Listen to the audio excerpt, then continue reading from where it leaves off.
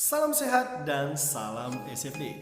Baik, kembali lagi berjumpa dengan Pak Wirya Wisnu Sinaga. Kita akan belajar selama 1 tahun ke depan.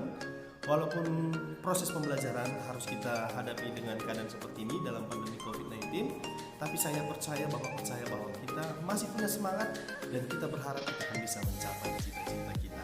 Baik, seperti biasa, Bapak akan membawakan mata pelajaran Bahasa Indonesia di kelas 12 IPA 1, IPA 2, dan IPA 3. Baik, pada kesempatan kali ini Bapak akan membawakan materi yang pertama, yaitu adalah materi tentang surat lamaran pekerjaan. Surat lamaran pekerjaan bukan sesuatu hal yang tabu atau sesuatu hal yang jarang kita dengar. Bahkan setiap orang pasti akan menulis surat lamaran kerja pada waktu yang tepat. Baik, kita mulai saja. Kita masuk pembelajaran kita yang pertama mengenai surat lamaran pekerjaan. Adapun tujuan pembelajaran kita, anak-anak kami semua adalah kita diharapkan kita mampu untuk mengidentifikasi, menyajikan isi, dan sistematika surat lamaran pekerjaan. Jadi ada tiga hal yang diminta dari kita. Kita harus tahu, mengidentifikasi, kita harus melihat apa saja ya yang ada di dalam surat lamaran kerja. Dan yang kedua, sistematikanya, bagaimana urutan penulisan surat lamaran pekerjaan. Jadi dalam bahasa sehari-hari lebih sederhana Bapak buat bahwa kita mau tahu apa saja isi dari surat lamaran kerja. Dan yang kedua, bagaimana urutan penulisan surat lamaran kerja. Sebelum itu, mari kita kenali dulu itu apa surat lamaran pekerjaan. Baik, anak-anak kami seluruhnya, surat lamaran pekerjaan itu adalah surat yang dibuat oleh seseorang. Artinya, surat ini bisa dibuat oleh siapa saja.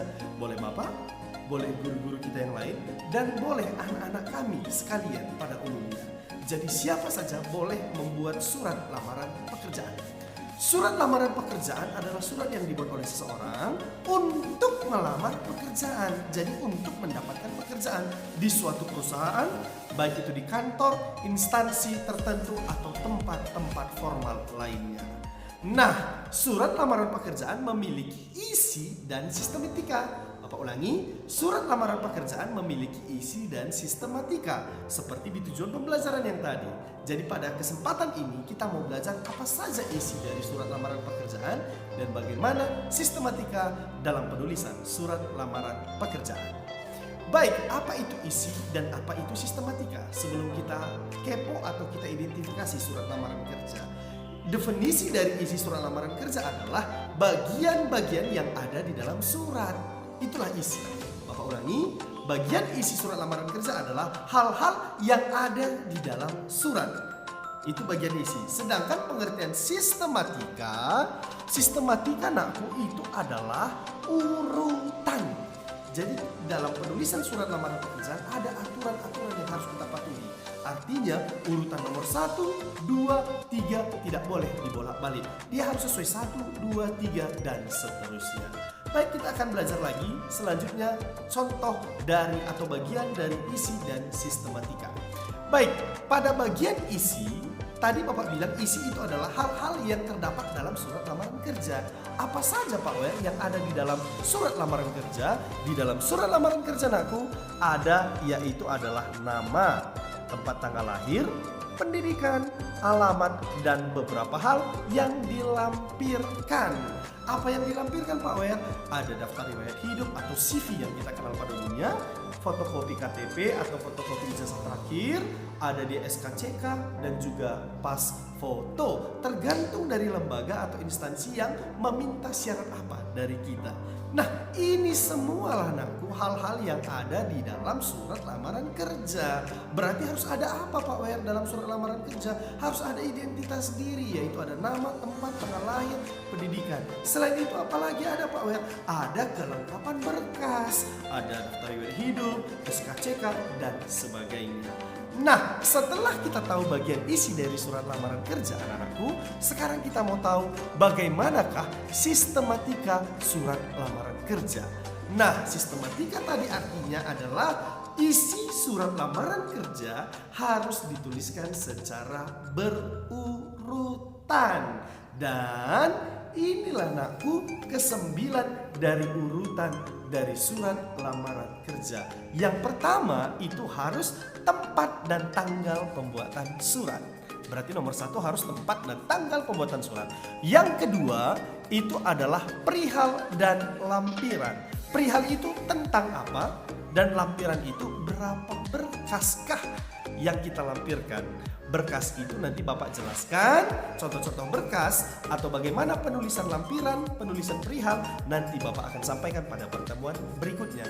Karena tujuan pembelajaran kita pada hari ini adalah kalian tahu isi surat lamaran kerja dan kalian tahu urutan penulisannya.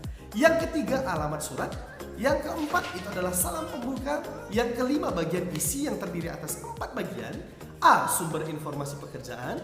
B. Identitas diri. C. Maksud isi surat. Dan terakhir pada bagian isi adalah kelengkapan isi suratnya. Yang keenam itu adalah bagian penutup. Demikianlah dan selanjutnya. Nomor 7 ada hormat pelamar. Nomor 8 ada tanda tangan pelamar. Dan nomor terakhir 9 itu adalah nama lengkap dari si pelamar. Sebagai contoh, biar lebih dapat, biar lebih gampang, biar lebih real, mari kita lihat contoh berikut ini. Baik, Bapak buat kameranya di bawah biar lebih gampang ya. Oke. Baik, di sini coba tengok anakku. Pada bagian di atas ada disebutkan bahwa Jakarta 1 September 2016. Coba tengok di bagian kiri ini, sistematikanya tadi nomor 1 apa? Tempat dan tanggal pembuatan surat. Inilah tempatnya di Jakarta, tanggalnya 1 September 2016. Yang kedua, ada perihal dan lampiran. Nah, inilah bagian halnya anakku dan ini lampirannya. Hal lamaran pekerjaan, lampiran 5 lembar. Artinya urutan nomor 1 adalah tempat dan tanggal, nomor 2 hal, nomor 3 adalah lampiran. Yang keempat katanya di sistematika apa anakku? Salam pembuka. Ada katanya salam pembuka. Belum nomor 4. Nomor 3 alamat surat. Alamat surat yaitu adalah pada bagian ini. Yang terhormat kepala bagian personalia. Artinya alamat yang kita tuju. Kemana kita mau melamar pekerjaan. Nomor 4 salam pembuka. Nah ada katanya di sini adalah berdasarkan iklan atau hormat saya atau selamat pagi atau dengan hormat itu adalah salam pembuka. Kita masuk bagian 5 ada katanya adalah isi. Isi nak terbagi atas 4. Yang pertama katanya apa? Coba kita cek. Yang pertama katanya adalah sumber informasi pekerjaan. Pak, yang mana sumber informasi pekerjaan Pak Wer? Coba tengok kata-kata berdasarkan iklan yang dimuat di situs jobsurabaya.com.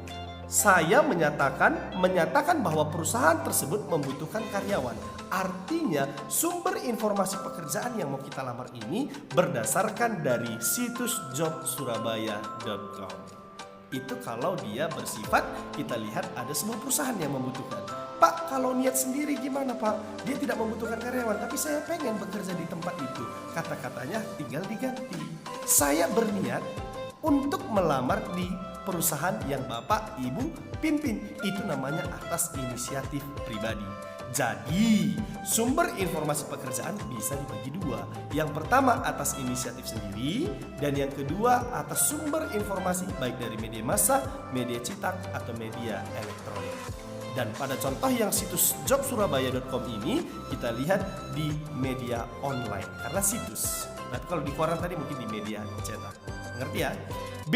Bagian identitas diri. Ada kata nama, tempat tanggal lahir, alamat, pendidikan, status, nomor HP. Itu semua adalah identitas siapa Pak? Pelamar.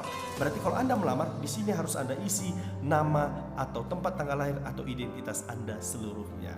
Jadi pihak yang akan menerima Anda mengetahui, oh seperti ini ciri-cirinya, oh seperti ini identitasnya. Kita lanjut adalah bagian C, maksud isi surat. Ada kata bermaksud. Bermaksud mengajukan lamaran pekerjaan. Inilah maksud utama kita menulis surat lamaran kerja. Yang selanjutnya kelengkapan isi surat. Inilah naku adalah berkas-berkas pendukung yang mau kita sampaikan. Ada katanya berkas-berkas yang mau disampaikan. Nomor 1 daftar riwayat hidup, 2 fotokopi ijazah, fotokopi surat pengalaman kerja. Yang kelima pas foto 4x6. Nah itulah bagian-bagian dari isi atau bagian isi surat lamaran kerja. Di nomor 6 coba tengok ada kata penutup atau ada kata demikianlah. Nah demikianlah surat lamaran kerja ini saya ajukan. Atas perhatian Bapak saya ucapkan terima kasih. Itu bagian 6. Nomor 7 coba tengok anakku. ada hormat pelamar. Hormat saya katanya. Di nomor 8 ada tanda tangan pelamar. Dan terakhir di nomor 9, di situ ada nama lengkap si pelamar. Jadi inilah 9 sistematika penulisan surat lamaran pekerjaan. Naku, Bapak kembali sedikit. Ada tadi 2 hal yang diminta dari kita. Tujuan pembelajarannya yang pertama adalah kita mau tahu, kita mau kepo apa isi surat lamaran kerja. Yang kedua, bagaimana Pak Wer sistematika penulisannya. Inilah isi surat lamaran kerja seluruhnya, Naku. Dan inilah, Bapak ulangi, inilah isi surat lamaran kerja dan inilah sistematikanya. Artinya, surat lamaran kerja harus terdiri dari 9 poin utama yang dimulai dari nomor 1 sampai 9 dan urutannya seperti yang sudah Bapak jelaskan tadi, yang seperti dimulai dari tanggal dan pembuatan surat, ada di situ hal, lampiran, alamat dan seterusnya. Bapak berharap melalui penjelasan Bapak, anak-anak Bapak semuanya sudah dapat mengerti mengenai isi dan sistematika surat lamaran pekerjaan.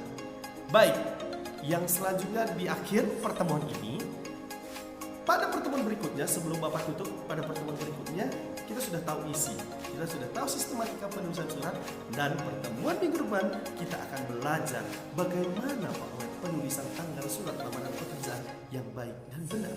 Pak Wer, bagaimana cara menulis nama dalam surat lamaran pekerjaan, apakah huruf kapital atau huruf kecil dan sebagainya. Pada kesempatan itu nanti kita akan belajar tentang analisis kebahasaan surat lamaran kerja. Karena pada hari ini hanya diminta 2, kita cukup tahu apa isi surat dan kita tahu sistematika surat lamaran kerja. Pesan Bapak yang terakhir adalah hidup hanya satu kali. Berbuat baiklah, bergunalah bagi orang lain dan jadikan mimpimu menjadi nyata. Bapak, Wer Agustinus Sinaga SPD, mohon pamit pada hari ini. Kita akan berjumpa kembali minggu depan sekali lagi. Salam sehat, salam SFD, Mujajuah, Horas, Manbanta, Krina.